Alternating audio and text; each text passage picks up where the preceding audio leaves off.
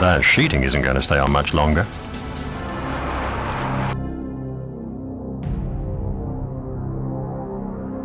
In everyday driving, it's normal for transverse forces to arise. But when you drive a bit too fast or turn the steering wheel, these forces can negatively affect road holding. But the electronic stability program ESP nips that in the bud by controlling the brakes, if necessary the engine, and if need be the transmission as well. ESP comprises the following components: a speed sensor on each wheel. The rotation rate sensor measures the car's rotation around its vertical axis. The steering angle sensor registers the driver's steering intention. From the sensor signals, the control unit computes when and how it has to intervene. The hydraulic unit builds up and reduces the braking pressure in the brakes.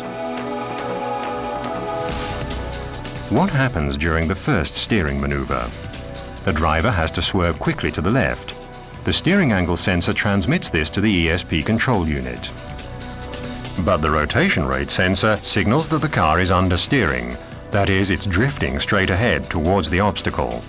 In split seconds, ESP brakes the left rear wheel, very briefly and sharply. This produces the desired counteracting force so that the car responds as the driver intended.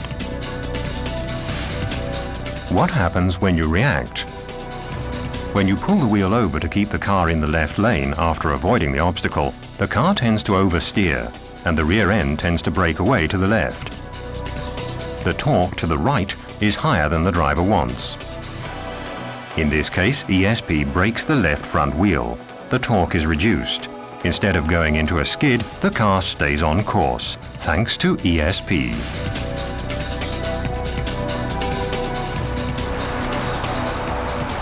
Probably hasn't even noticed.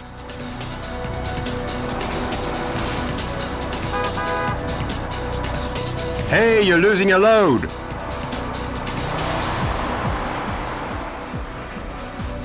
At long last, now he's seen it.